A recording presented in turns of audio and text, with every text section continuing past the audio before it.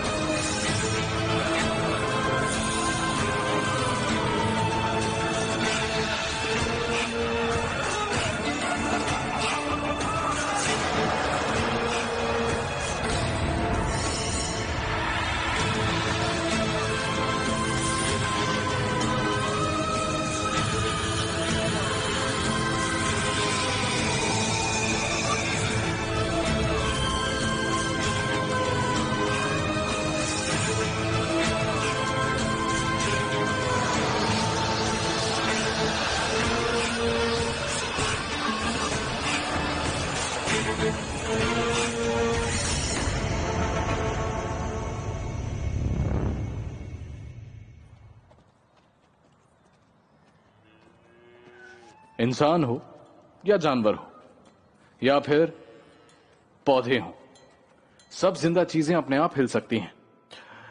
ये चलने और हिलने की काबिलियत सब जिंदा चीजों में ही होती है। जानते हो, पौधे भी अपने आप हिल सकते हैं। वो उस तरफ मुड़ जाते हैं जहां से धूप आ रही होती है।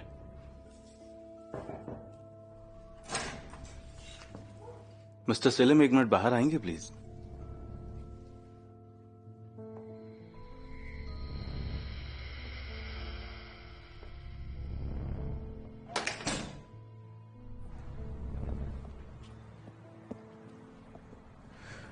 इजाजत दे तो मैं अली को अपने साथ ले जाऊं?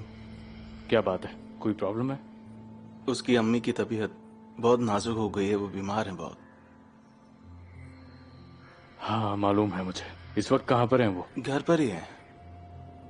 अली को आखिरी बार देखना चाहती हैं। आप एक मिनट रुको, मैं भी आपके साथ चलता हूं।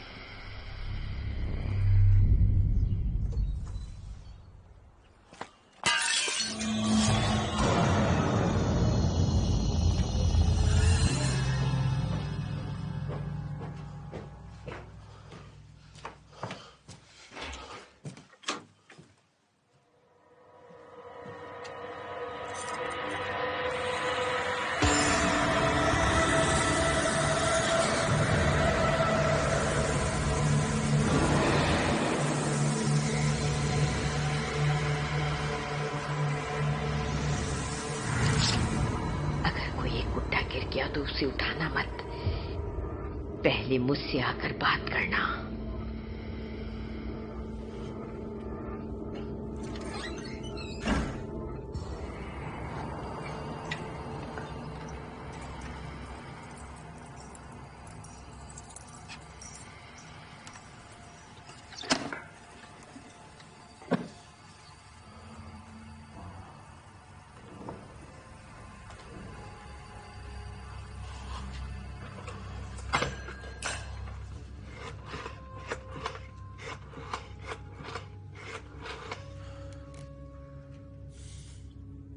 फरहत बेटा बोल रहे हो?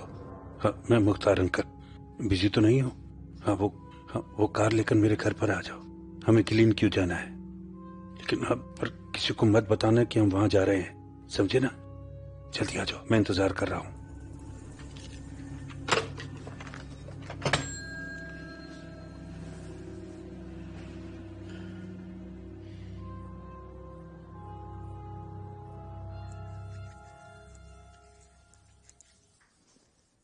अजीब बात है, दोनों ही नहीं आए अभी तक। क्या हुआ होगा? अभी अजीज आकर कहेगा मुझे रात भर ठीक से नींद नहीं आई। डॉक्टर साहिबा की फिक्र हो रही थी। Good morning. ज्यादा देर सो गया, कल रात नींद नहीं आई, सुबह सूरज निकलने के बाद सोया। देखा, मैंने कहा था ना ये यही कहेगा आके।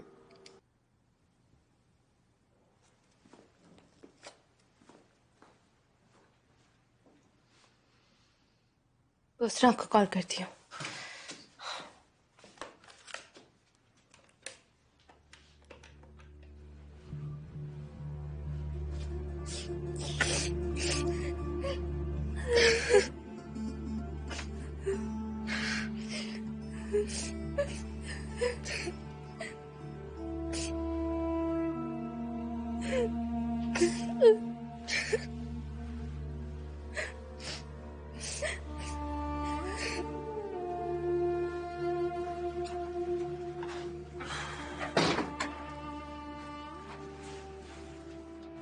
मैं डॉक्टर को लेकर आता हूं। डॉक्टर को बुलाने से कुछ नहीं होगा सलीम साहब, आपको पता है इस बीमारी का। आखिरी बार जब हॉस्पिटल गए थे तो डॉक्टर ने इतना वक्त भी नहीं दिया था उसे। फिर भी हो सकता है कुछ राहत मिले। जैसी आपकी मर्जी।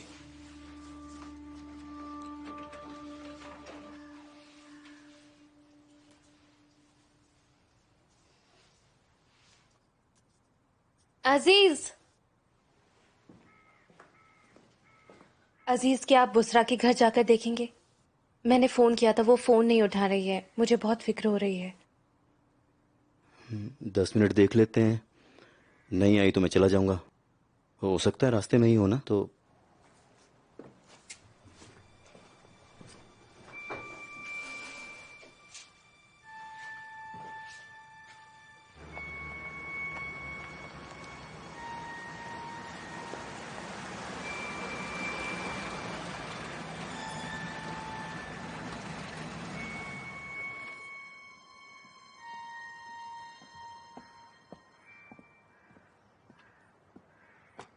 मैं डॉक्टर साहिबा को लेने आया हूं। अली की अम्मी की हालत बहुत नाजुक है। वो अभी तक तो नहीं आई है, हमें उनकी फिक्र हो रही है। अजीज जाएगा थोड़ी देर में उनके घर पे। उनको कॉल किया था पर वो कॉल भी नहीं उठा रहे हैं। ठीक है, कोई बात नहीं, मैं देखता हूं। टीचर, कल उस अजीज ने उनको कुछ बताया था आपके और इसरा के बारे में, कि वो आपकी मंगेतर थी और गायब हो गई थी बाद में। सोचा आपको बता दूं। आपने अच्छा किया हलील।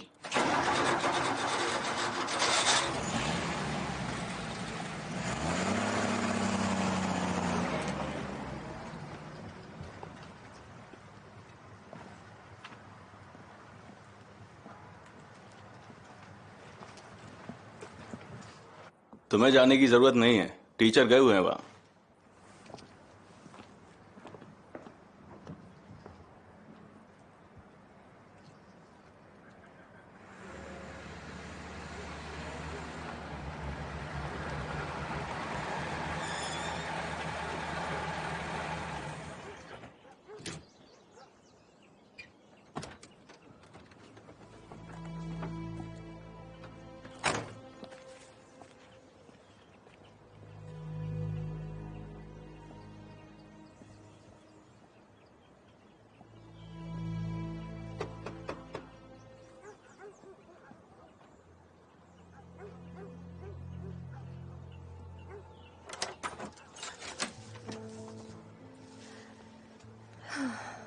क्या बात है सलीम?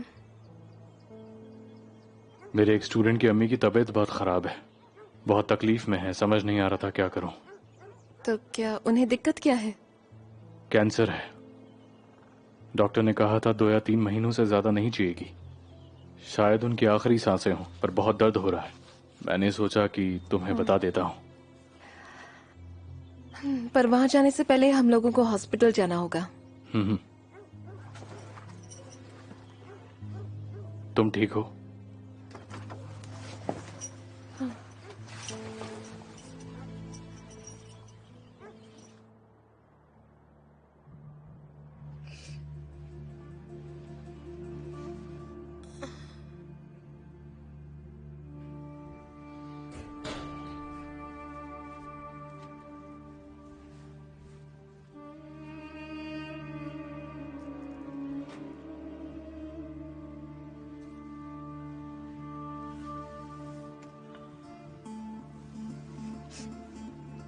अली बेटा, क्या 2 मिनट के लिए अपने टीचर के साथ बाहर जाओगे? मैं तुम्हारी अम्मी को दवाई दे देती हूँ। आओ मेरे साथ बेटा, डॉक्टर आंटी को अकेला छोड़ दो।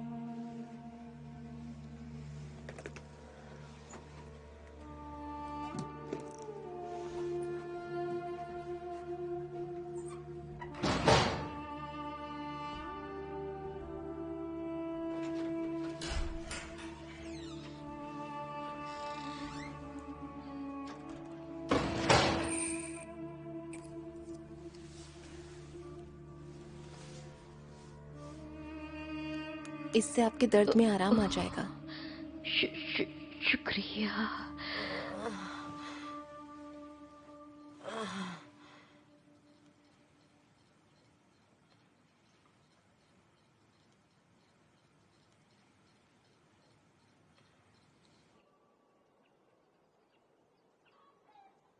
मेरी अम्मी मर जाएंगी सर, मुझे पता है।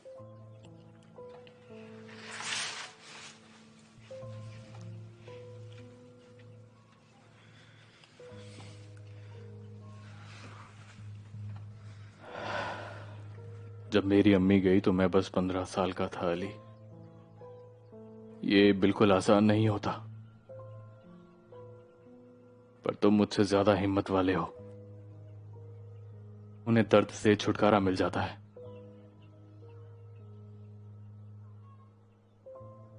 तुम्हें दुख होगा क्योंकि तुम्हें उनकी याद आएगी, पर उन्हें तकलीफ में देखकर भी तो दुख होता है ना, है ना? मुझे पता है ये आसान नहीं होता है, पर तुम मुझसे ज्यादा हिम्मत वाले हो।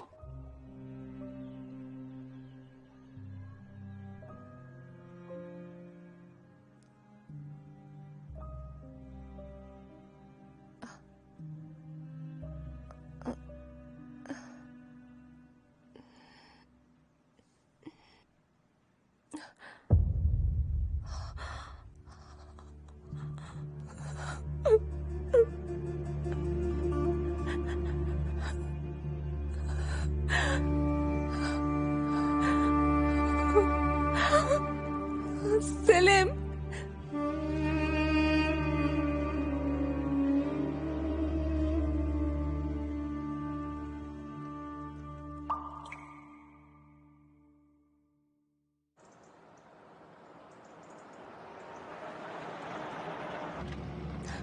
मुझे अच्छा नहीं लग रहा है। उन्होंने मेरी आंखों में देखते हुए दम तोड़ा सलीम। उन्हें उनके दर्द से छुटकारा मिल गया है। मुझे ऐसा लग रहा है जैसे मैं उनकी मौत की जिम्मेदार हूँ। ऐसा क्यों सोच रही हो बुशरा? तुमने तो उनके आखिरी लम्हों में उनके दर्द को कम करने की कोशिश की है। ये सब मत सोचो प्लीज, ये सब मत सोचो। वो मुस्कुरा रही थी, वो मरते वक्त भी खुश थी।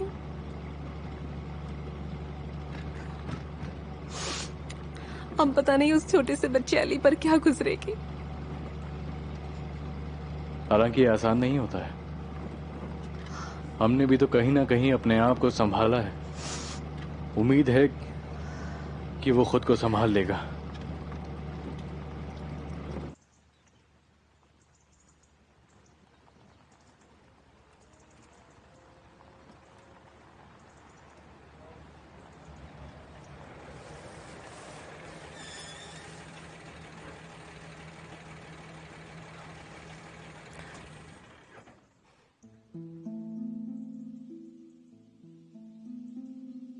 मैं तुमसे कुछ भी नहीं छुपा रहा हूं बुसरा। हालांकि मेरी जिंदगी की कुछ ऐसी यादें हैं जिन्हें मैं बिल्कुल भूल जाना चाहता हूं।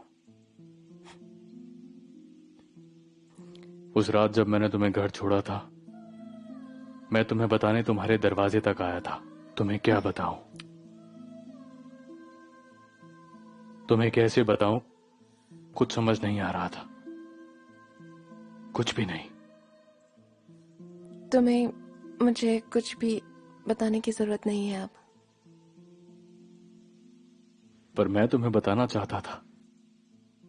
वैसे भी तुम्हें पता तो चलने ही वाला था। बहुत अच्छा होता अगर मुझसे पता चलता। हाँ काश। मेरी जिंदगी हमेशा बदनसीबियों से घिरी रही है बुसरा। मैंने अपनी अम्मी को बहुत जल्दी खो दिया था, बहुत रोया था। 2-3 साल बाद जब खुद को संभालने की कोशिश की तो गांव में फैली अफवाहों से पता चला कि मेरी अम्मी ने खुद को फांसी लगा ली है। मैं वजह आज तक नहीं जानता हूं। ये बात हमेशा परेशान करती रही। फिर जब मेरी जिंदगी में इजरा आई तो एक बार फिर दिल में जिंदगी को जीने की उम्मीद जागी। हमारी मंगनी के अगले रोज ही इसरा गायब हो गई। 4 साल से कोई खबर नहीं है उसकी। हालांकि तुम्हारे घर के सामने से गुजरते हुए हर बार कांप जाता हूं, पर मैं बिल्कुल नहीं समझ पा रहा था कि तुम्हें किस तरह और कैसे बताऊं। पता नहीं हमें से ज्यादा बदनसीब कौन है। पता नहीं क्यों मुझे जिंदगी में आज तक जो भी मिला है वो आखिर में मुझे रुलाकर ही क्यों चला गया है।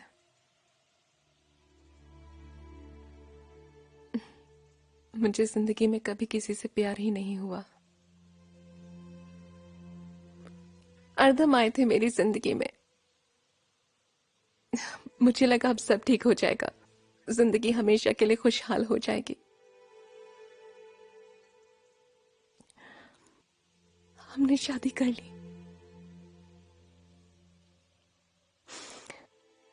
वो दिन मेरे लिए बहुत खुशी का दिन था और वो खुशी 2 घंटे भी नहीं टिक पाई।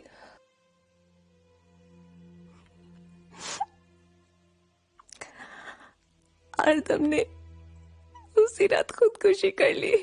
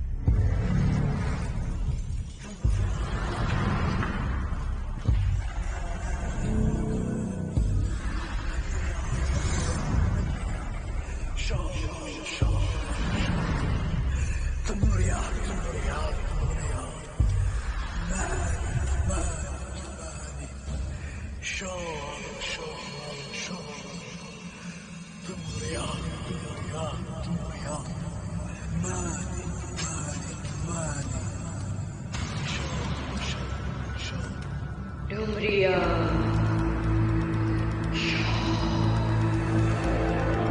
शो शो शो डुमरिया डुमरिया डुमरिया शो शो शो डुमरिया ओ शो शो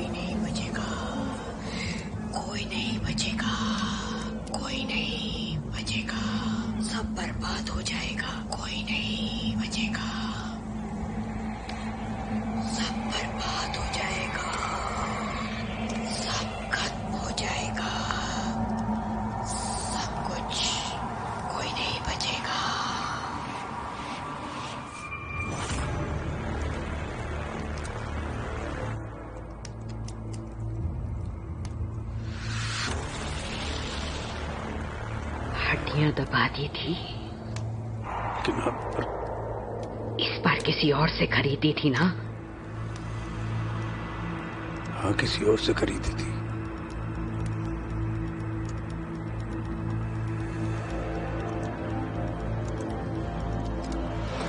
उससे दोबारा मत खरीदना। उन दबी हुई हड्डियों को खोद कर बाहर निकालो। वो बदबूदार है, वो सड़ी हुई है। ये मत भूलो कि जो तुम कर रहे हो वो बहुत खतरनाक चीज है।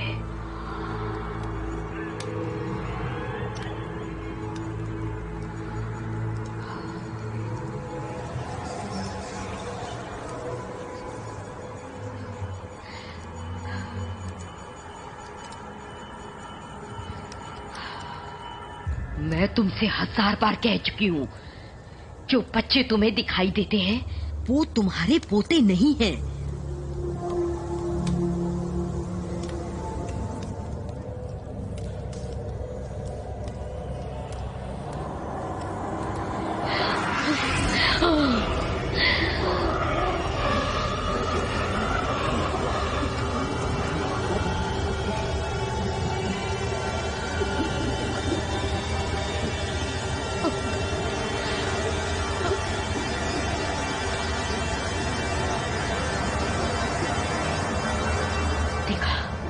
वो सजा के तौर पर तुमसे सोना मांग रहे हैं।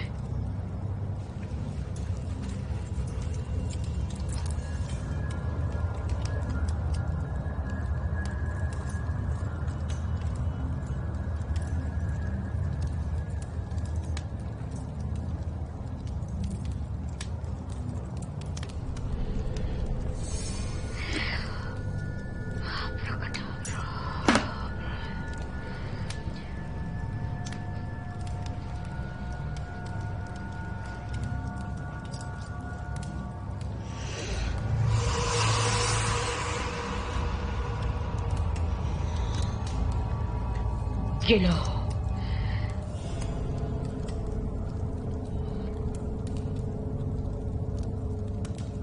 बताना क्या करना है।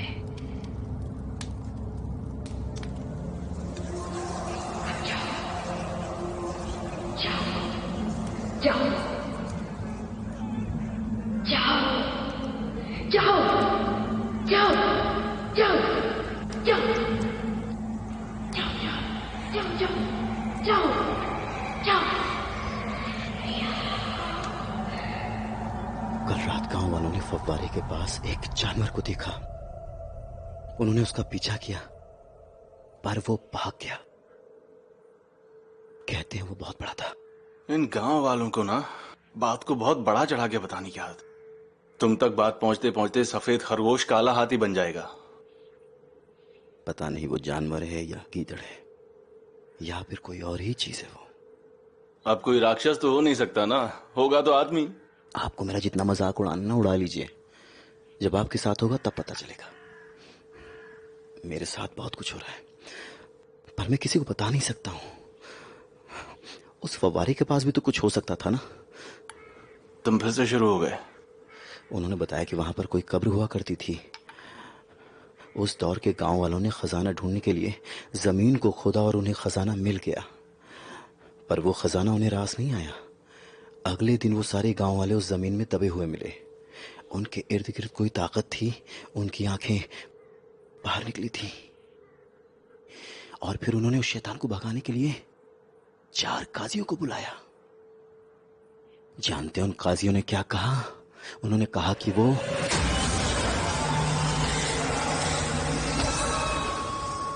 दूसरी दुनिया का दरवाजा है। दूसरी दुनिया का दरवाजा। अजीज, ये कहानियां तुम्हें तुम्हारी दादी ने सुनाई है? इमाम याह्या को भी पता है इस बारे में। उन्होंने हाल ही में ये कहानी मस्जिद में सुनाई थी। वो खजाना वहां पर है, एक जिन उस खजाने की हिफाजत करता है। देखो अजीज, ये जिन्न और खजाने की पूरी कहानी झूठी है।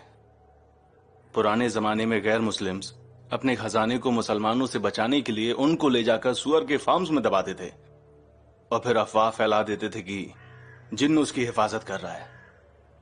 ऐसा इसलिए होता था कि कोई उसके पास भी ना जाए।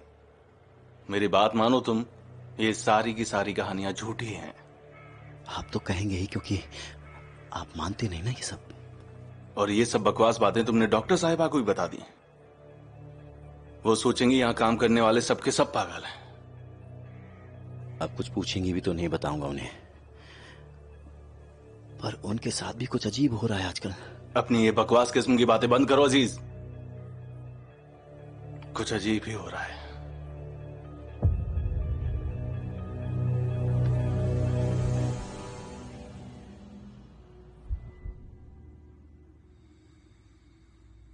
देखो, तुम अल्लाह की मर्जी के खिलाफ जा रहे हो। हमें उसे जितनी जल्दी हो सके दफन कर देना चाहिए। मैं बहुत ज्यादा मजबूर हूं याया साहब। कुछ रिश्तेदार बहुत दूर से आ रहे हैं, उनके आने से पहले नहीं दफना सकता। अगर उससे पहले दफना दिया तो वो मुझसे कभी बात नहीं करेंगे। इन चीजों में देरी करना ठीक नहीं होता। अब फैसला तुम्हें करना है, पर जो तुम कर रहे हो वो सही नहीं है। घर में एक छोटा बच्चा भी है, बेचारा पहले से ही बहुत डरा हुआ है।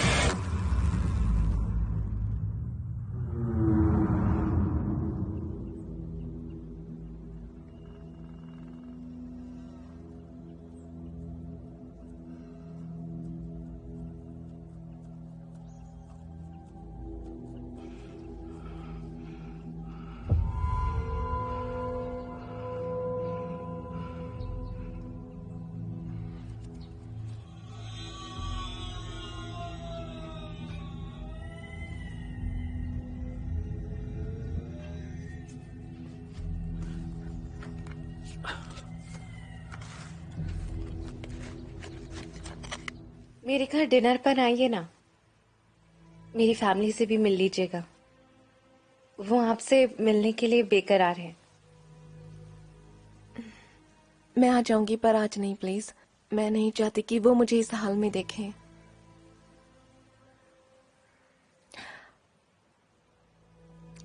ऐसा करो ना कि तुम मेरे घर पर डिनर के लिए आ जाओ, हम कुछ काम से हटकर बातें करेंगे। ठीक है। अजीज वो सारा सामान ले आया है जो भी आपने मंगवाया था।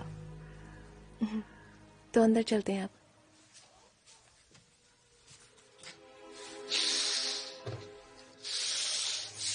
अजीज, ये सब सामान कितने का है? कोई बात नहीं मैडम, बाद में दे देना। अरे नहीं नहीं, अभी ले लो।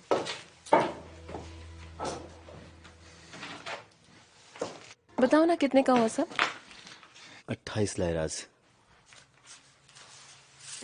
ये लो, शुक्रिया। बस रहने दो, कोई जरूरत नहीं है। 1 लायरा भी देता हूँ।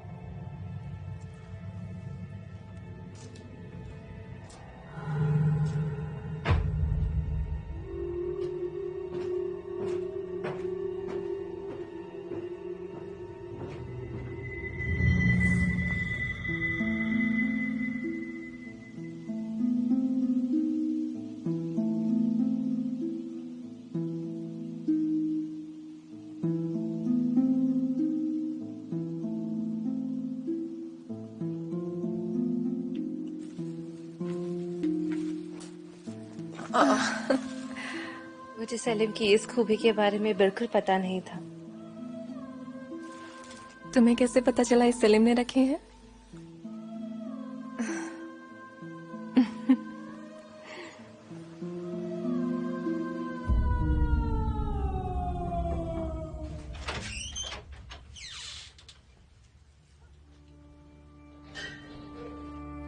आप इस वक्त? आइए आइए आइए।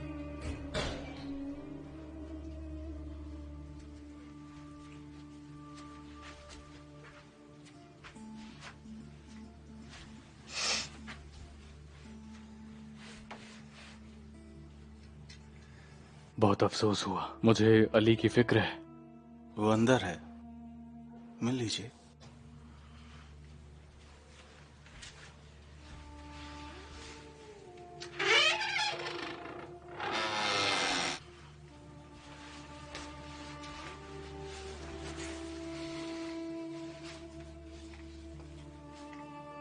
अली,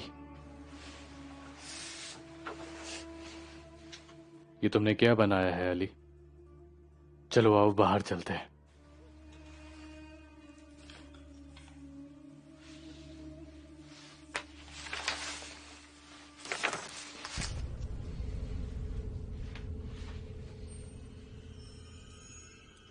ये क्या बनाया है अली? डॉक्टर आंटी और आप मिलकर वहां जाओ।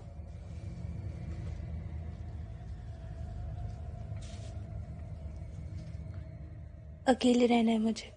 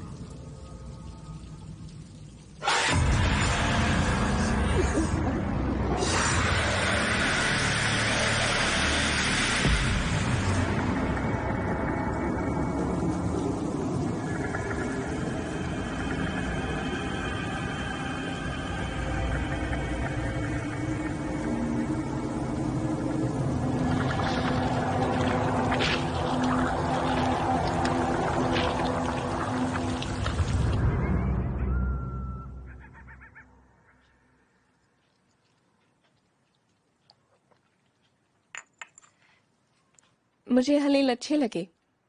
लगता है भरोसे के लायक है। हाँ बेशक। उन्हें हमारे हॉस्पिटल में आए बस अभी कुछ 1 साल ही हुआ है। मैंने सुना है इससे पहले वो किसी और जिले में थे, पर अब वापस नहीं जाना चाहते हैं।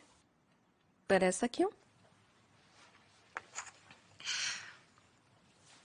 हलिल की बीवी एक अच्छी औरत नहीं थी।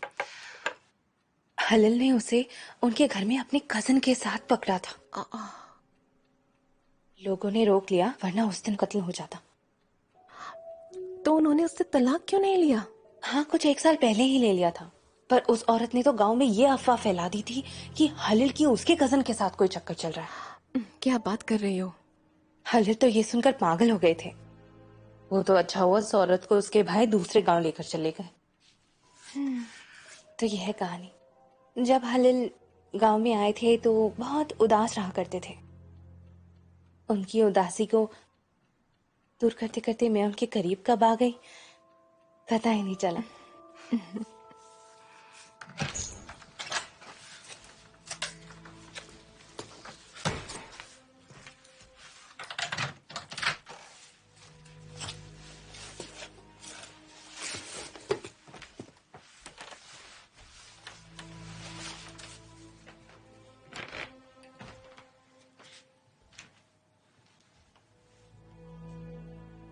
सलाम अब्बू। सलाम मेरे बच्चे। कैसे हैं आप?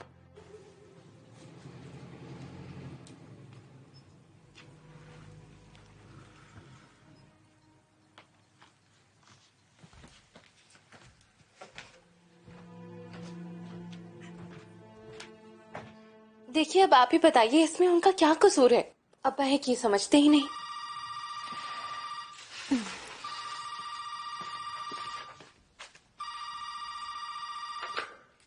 हेलो। हाँ, अब ठीक हूँ। वो हुलिया मेरे साथ है, मुझे अकेला नहीं छोड़ती, मेरा बहुत ख्याल रखती है। तुम मुझे बताओ, अली की कुछ खबर है तुम्हें? अभी वैसा ही है, वो खुद को संभालने की कोशिश कर रहा है। वो फूल मिल गए हैं? मिल गए थे। बहुत बहुत शुक्रिया, बहुत अच्छी खुशबू है उनकी। अच्छा लगा। तो ठीक है, फिर हम कल मिलते हैं। Good night.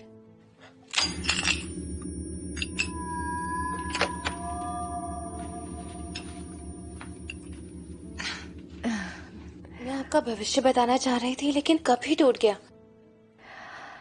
जिसके कल का कुछ पता नहीं, उसका भविष्य कैसे बताओगी? अरे ऐसा मत कहिए, कप में दरार थी तो टूट गया। इस बात पर संजीदा होने की कोई जरूरत नहीं है।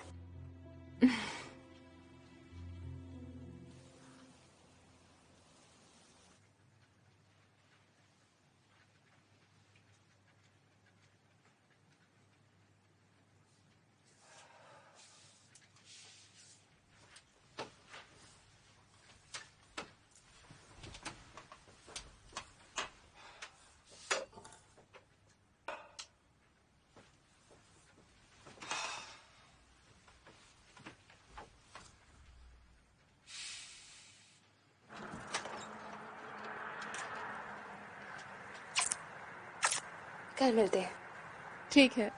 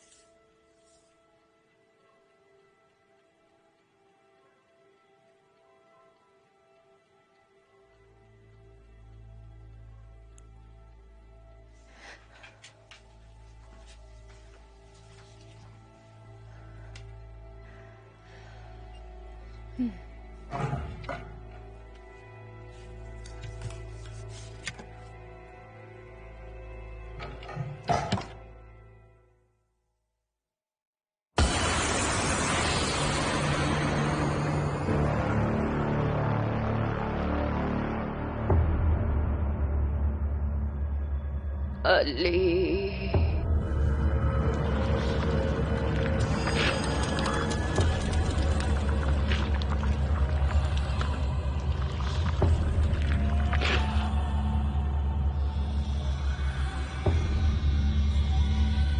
बेटा,